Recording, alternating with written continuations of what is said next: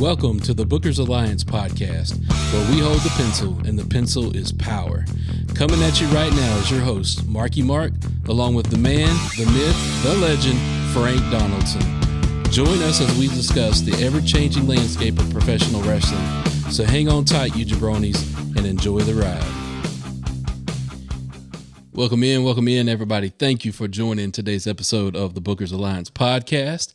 Today's episode is all about the entrance music. What you got going on, Frank? I love it. Entrance music, some of my best times. I mean, we were just talking off air, literally just talking off air about I've got all the CDs of all the old school entrance musics. I even have the pile driver cassette tape. So we're going back today. We're going to bring you some 80s stuff, some 90s stuff, some current people. We're going to talk some entrance music today. This is going to be fun. Yeah, the entrance music sets the scene. I mean, it kind of sets the tone of the character that's getting ready to walk out that curtain, whether it was a character or whether it was a reality iteration of who the person was. That entrance music kind of sets the stage for what you're getting ready to see. And we're going to kick it off with a big one. We're going to talk about the Hulkster, Hulk Hogan, and his entrance theme of the Real American. Oh, yeah. I mean, that's probably the most memorable, the most iconic wrestling music of all time. People know it from all over the place. You don't have to be a wrestling fan to know that song almost word for word. I think even Barack Obama used it in one of his speeches, as a real American, because there was question about his citizenship. So, I mean, that song's been here and there and everywhere. And I mean, it's from my youngest childhood enjoying wrestling. I remember that song playing. So iconic by no means. Yeah, Hogan's entrance music, it is everywhere. That one crossed over into pop culture. Everybody knew that, I am a real, everybody knew that. Oh, yeah. So, the Hogan's entrance music, that was a good one. Let's transition over to one of the other ones that was a good one around that time, the Ultimate Warriors. Same thing. I mean, again, if you don't watch wrestling, you've heard that theme somewhere. I've heard it played at baseball games. I've heard it played at football games. Just anywhere you'll hear that music. But, same thing. The guy comes out, he's full of energy. I mean, that beat's hitting.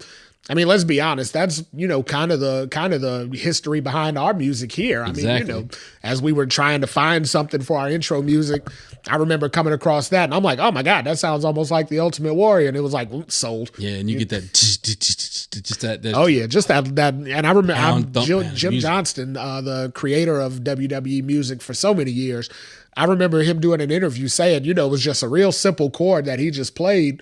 And then they put that energy behind it. And before you know it, when you pair it with the guy, it's like, oh my God, that's a fit. So what can we say about that? That's a wonderful choice. I'll take it. So moving into the next one is the Road Warriors with Iron Man from Black Sabbath. Crazy, crazy cool entrance music. Yeah, same thing though. I mean, you got these two big badass guys coming down with their spiked shoulder pads and their face paint, and they just look like they're about to, bring all types of hell and destruction, and and that it fit them to a T. Yeah, when you got that opening riff, that then you get the I am Iron Man, like that whole thing, you're like, who the hell is this? Yeah, and then when those two guys come out of the curtain, I mean, they paid off on it. Yeah, you're like, oh shit. It isn't like you got like Hornswoggle coming out of there with Dink the Clown. You had two big badass dudes walking out there, and they look scary, like scary monsters, and that music made it just put that feeling in you. Yep. That's going to be a theme about today. I think, the way that music makes you feel paired with the character. I think that's how we came up with the list we came up with. Absolutely. So Stone Cold's the next guy on our list. Everybody knows what's getting ready to happen when you hear that glass break. I mean, hell, do you even remember the music so much as the glass break? No, the glass break. What's the glass break hit? I mean, you're like, you knew, shit was about to be raised. You knew beer was going to be drank. Yep. You knew you were in for a party. With somebody was getting an ass whooping. That was all you needed to hear. Glass break, wherever they went from there, it didn't even matter. Once the glass broke, you knew an ass kicking was coming. And it's so fun now too to hear the nostalgia of it all. Like in WrestleMania 38 when he came out in Pat McAfee's match. Yeah. We all kind of thought it was coming. Nobody really knew, but it wasn't planned like the night before, right? So. But you heard that glass break, and that crowd just came unglued. Yeah, I mean, you had Vince in the ring, and I mean, any of us wrestling fans who are, who were fans 20 years ago just immediately flash back like, oh my God, again, somebody getting stunned. One more round and here we go. Yeah. So moving on to the other juggernaut that was in that time is The Rock. So, The Rock, everybody has their favorite iteration of The Rock's music, but mine was always with the electric guitar and then The Rock says, like, just bouncing in the background. So I like when he was Bad Guy Rock and he was in Hollywood, when they had the whole entrance and the whole helicopter scan and all that, and it was real slow. Then it kind of, he just went, if you smell what The Rock... And then the real soft drop into the music, and then it picked up. That was always the one for me, because I was just like, it gave more anticipation. Like, oh my God, it just made him a bigger star. It started to fit what he was ascending to. Yeah, I mean, speaking of fit, it had swagger. Yeah, and who was the king of swagger? The Rock. Dude wearing the $1,000 silk shirts. Or the full leather outfit. Just. Whatever character he was in that particular night, they would always just adjust the music just enough to kind of fit where his character was going. So, that made it iconic just for that. Yep. Moving on to the NWO, and whether it was the that one, that you got Wolfpack. The Wolfpack is back, causing mass destruction. Best believe the bad boys are wrestling. There that. We go. Or even when Hulk was in the NWO, with the Voodoo Child, Jimi Hendrix. Yeah. My God, that was already an iconic song as is. Being able to use that as a wrestling entrance theme, it introduced it to a whole new crowd of kids that may not have known it. Jimmy was before my time, so that was kind of one of the ways I got introduced to it. And you got kids that are, a whole generation under me now that have heard Jimmy because of listening to Hulk Hogan matches. Yeah, so there was 2 wrestler theme songs that instantaneously became my ringtone on my phone when I first heard them. That was one. We're going to talk about the other one here in a minute. Now, I had both too. I had Voodoo Child. I definitely had them. But, anytime you had that going on and just the guitar wailing in the background, you can't hear that song now and not see Hogan playing air guitar across the belt. Playing air guitar over the belt. Jimmy was long gone from this world when he was using that, but he was still energizing a crowd, making it fit. But, it's interesting. Hogan's come up now in 3 different versions, his Real American, it just goes to show, A, his stature in the wrestling industry, and B, man's got good taste in music. He does. Moving on to D-Generation X. D-Generation X. Dude, that music is the soundtrack to every bit of my high school days. Yeah. Just that whole... it brought an era of rebellion about it. Are you ready? Doom, doom, doom. And as soon as you hear that, all of a sudden the energy just comes and, anybody who was, let's say, between 14 and like 23 had that, that stench of rebellion over them. You just really wanted to rage against the machine and all that kind of stuff. And the G-Generation X music was almost a soundtrack to that. Yep. So. And then, the next one was my other ringtone, Evolution. Yep, I had that one too. I was in the ringtone era where you were able to first download actual music instead of having to get those keyboard deals that they had. So, and how in the hell did we miss Triple H? So same thing. He kind of folds right in there. He's kind of like Hulk Hogan, though. That man's got good taste in music. Yeah, so with that one, I had an instance where that one went off one time, and I was in church. My pastor was looking around like, "Who is that?" There you go. And do you remember Triple H's first music though? Like the music they gave Stephanie? Oh God! My time. My time. My time. I actually love that music, so we could probably get Triple H on there for 4. I liked all the Lemmy stuff that he had. Aces, with Motorhead. That I'm a big fan of Motorhead. So I so I can feel that. But yeah, Triple H definitely a good choice. Good choices of music there. Moving on to our next guy, and this music of. I don't know if you can say that one is more iconic than the other, but Ric Flair, I don't know that you get more iconic of an entrance music than Ric Flair. Not for that character. No. Space Odyssey it just has that regal feel of it, and Ric Flair was that regal character. He had the flamboyant robes, he had the big gold belt, the long blonde hair. He looked like money. All he ever talked about was money, and that song just kind of really encapsulated that whole feeling of, it was just regal. It was more than. And then Macho Man with Pomp and Circumstance. Same difference. I remember graduating and walking across the stage, and at some point, how they say, if you do anything out of the ordinary, you're not going to get your diploma and all that. I mean, I didn't spin around, but I lifted both my hands up, just as a tribute to Macho Man. Macho Man. Couldn't pass it up. I had to do it. Yeah, that music. I mean, before I even put two and two together of what that music really was, you had to be old. You had to get older to figure that out. I knew it was Macho Man's music. Oh yeah. So. $1 Million Man is the next person. Oh, got the laugh in there. Oh yeah. $1 Million Man's music was iconic for his character, though. I mean, you get that laugh out of there, and then money. Everybody's got a price. You see money dripping down all over the place, and then you just got his voice just kind of speaking over. And I can remember watching a YouTube about that. And $1 Million Man said they asked him to sing, and he's like, I can't sing. So they were like, hey, with your voice and the way your voice sounds, if you could just talk. Just kind of, he just said his catchphrase lines. Like you said, everybody's got a price, So was Shane McMahon's entrance song a ripoff of basically? I mean, it was kind of a work off of it. Here Comes the Money, and kind of the upgrade. Let's say the new school version. Here's the remix. Yeah. Okay, I'll go with that. There you go. Next guy, Mr. Perfect. Mr. Perfect. So I definitely had to get this one on the list because it was just the same thing. I mean, it had that regal overtone over it. It was just that better than kind of music. And I mean, Mr. Perfect just kind of strode out to the ring when it would play. He'd throw the towel up behind his back, spit the gum out, never missed. You never saw him miss one. But for me, just the music just fit. I mean, it just fit his character because it, again, was that it had that better than kind of tone to it. And that's just what Mr. Perfect was. And I mean, Mr. Perfect, it's funny to hear me say this, but for Mr. Perfect, I always remember the vignettes more than I do. His in watching him out there with like Wade Boggs and Wayne Gretzky out there, the perfect putt, perfect strike, doing everything that they were doing. And I mean, and then you got these like, name athletes, not just Hammond Eggers, as Bobby the Brain Heenan would say, but you got all-stars and perennial MVPs out there saying, this guy's absolutely, and then you get Perfect slide in and say, perfect. I mean, man, it just fit it. I mean, those vignettes were perfect for that character. Yeah. So, moving on to our next guy on the list, The Undertaker.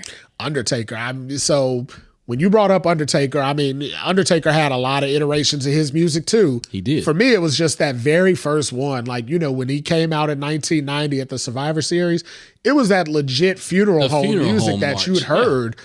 I mean, and hearing that, and you see this big character and call him The Undertaker, it's like, oh my God. Yeah. Now that music, from 1990, it still couldn't be getting played in like WrestleMania 36 when he was retired. So they had to upgrade it. And they did it right. They put the bell, the bell toll behind it, and, the crashing of the thunder and lightning and things like that to upgrade it. It always adapted with him. And I think they always did great adaptations to it. My favorite iteration of his theme music was the more modern day with the gong and the thunder and lightning. I love that. But then the American Badass version of The Undertaker he had two. You had Rollin' by Limp Bizkit. 3. Well, you had American Badass, Kid Rock, Rollin' by Limp Bizkit. Who was and then he had the other one was the WWE version. Oh, the Big Evil. The Big Evil character. Yeah, that was the last version. I didn't care for that one too much. No, but it still worked because licensing. They had to pay those other guys. All I remember from it is like exactly. Yeah, you just take that from it and all. But yeah, so they always adapted the music to make it fit, and I think they made it fit his character well. Yeah, and then, with, him coming back. Actually at 4. Remember when he rode off into the sunset at the end of WrestleMania, they played a whole different theme. So that's where I was going. So, nice. Look at you. That's why we make a good tag that's yin and yang. Yin and yang. That's all right. Tag champions of the world. Playing the Metallica as he rode off from the Boneyard match. That was my favorite. There you go. Like, send off, to see him go out that way. That's just so fitting. Yep. But yeah, Undertaker theme music has a soft spot. I'll always have a soft spot for those. Speaking of Metallica, what about Sting? I know we talked about Sting and that we didn't remember, but then when you said Metallica, it made me remember. Sting used Seek and Destroy from Metallica as his theme music, and I thought that fit Crow Sting a lot. I thought that fit him pretty good. That would fit Crow Sting. We're off topic, guys. We're off topic. I ventured with him though. I'm more of the imagery of Sting than I remember the theme music, just because his theme music was so generic at times. I do remember him using Seek and Destroy, but for me, it was just the imagery from Sting. Yeah. The face paint. Undertaker-esque. Yeah, I mean, Undertaker-esque. they kind of played into that same vein of thought. Yeah. Going on to Yokozuna. Yoko, the nice, soothing Japanese music for the Samoan bulldozer. So I've got a kind of confession. You know how you go on WWE 2K23 and you can enable theme music to play as a soundtrack when you go through menus and stuff. Absolutely. Yeah, Yoko's always the first one I am. Oh, nice. You like hearing the current Yoko version. I love the current Yoko Good stuff. version. Oh my goodness. Yeah, so that's my I did not think we were going to get that. That's a secret indulgence there. That's awesome. I did not think we were going to get that revelation today, but look at that. But yeah, Yoko just, coming down to the ring, seeing this massive, the massive humanity that he was coming down to the ring, and just this beautiful Oriental music playing in the background. Nice and peaceful and all that.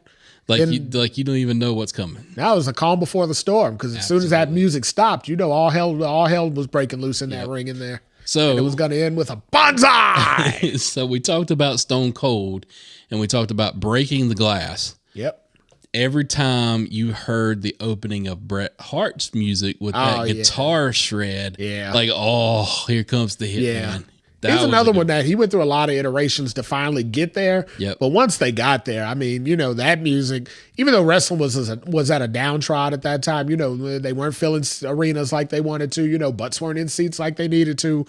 Bret was a soldier out there, and that, his music, his look, with the pink and black, the colors, the leather, giving the glasses out, when that music was playing, and it started rocking in the back, it made Bret cool. Yeah. Like I said, the whole package, it made them cool. Yep. So, and that was kind of the era they were going. WWE was kind of getting away from the older wrestlers, the Hogans and Macho Man. So they had to come up with something that was going to draw in the more youthful crowd. And I mean, Bret was that guy because he was cool. Even and that Natty's music got that made in him her. cool. She's got that in her entrance music. Absolutely. Yeah. Moving on to the only non-WWE guy that we have on our list today, Sandman. Sandman, Enter the Sandman. I mean, how can you not think about that music and see Sandman? I mean, well, we talked about all the different music we wanted to talk about, and I was like, I knew these songs before I saw these wrestlers. There's a lot of AEW guys out there that I love their songs, but I knew their songs way before they had them as an AEW theme. So we didn't really want to get into those because they're not really themes; they're just music. Right. But the Sandman's music, I really didn't know that song before Sandman because it wasn't my genre of music to listen to. But I remember listening to that, and it was kind of like some of these other themes we're talking about that don't fit my genre. I was like, it brought that kind of energy. Then him walking through the crowd, cracking them cans over his head. You get fired up listening to that. And you're like, I'm ready to go to war right now. Come on. That was cool. And now we're going to pay homage to our fearless leader, our... I don't know what else we can call Vince. The CEO of WWE, because he's the boss. Okay. And is this the part where he's still got his pants on in this part, right? I mean, hey, Vince does what he wants to do.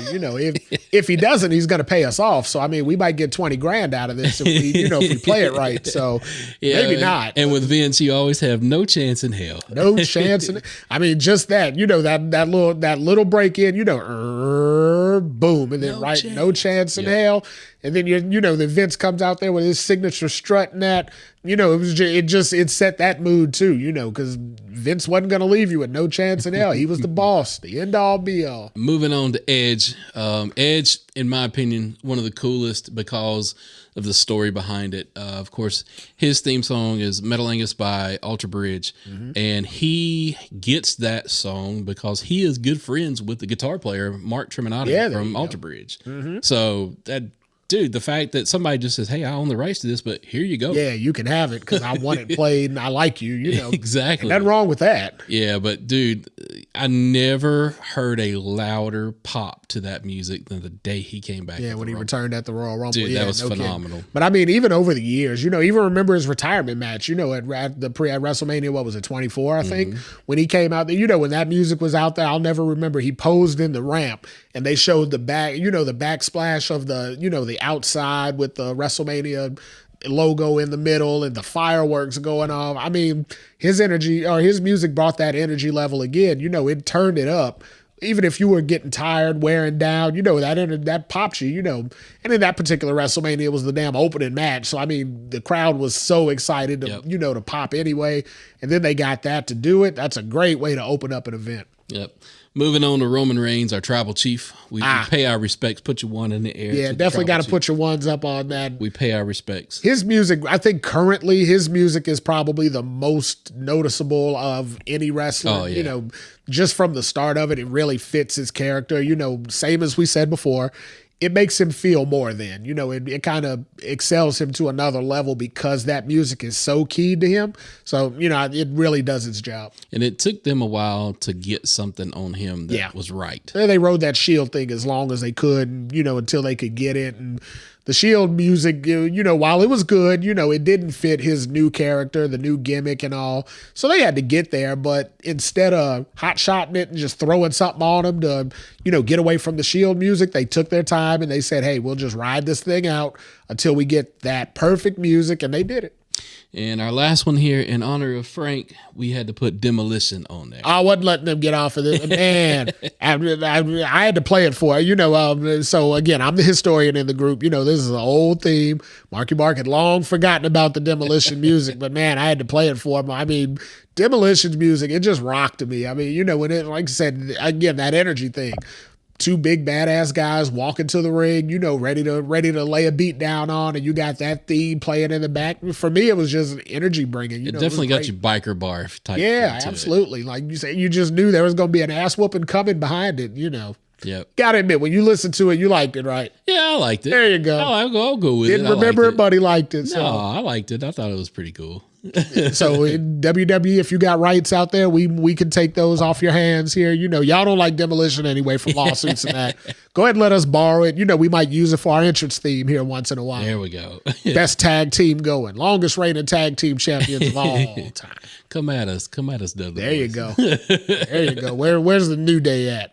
Where's KO Owens? Where's the Usos? Yeah, where's Sammy Owens and Kevin Zane? Where are those guys at?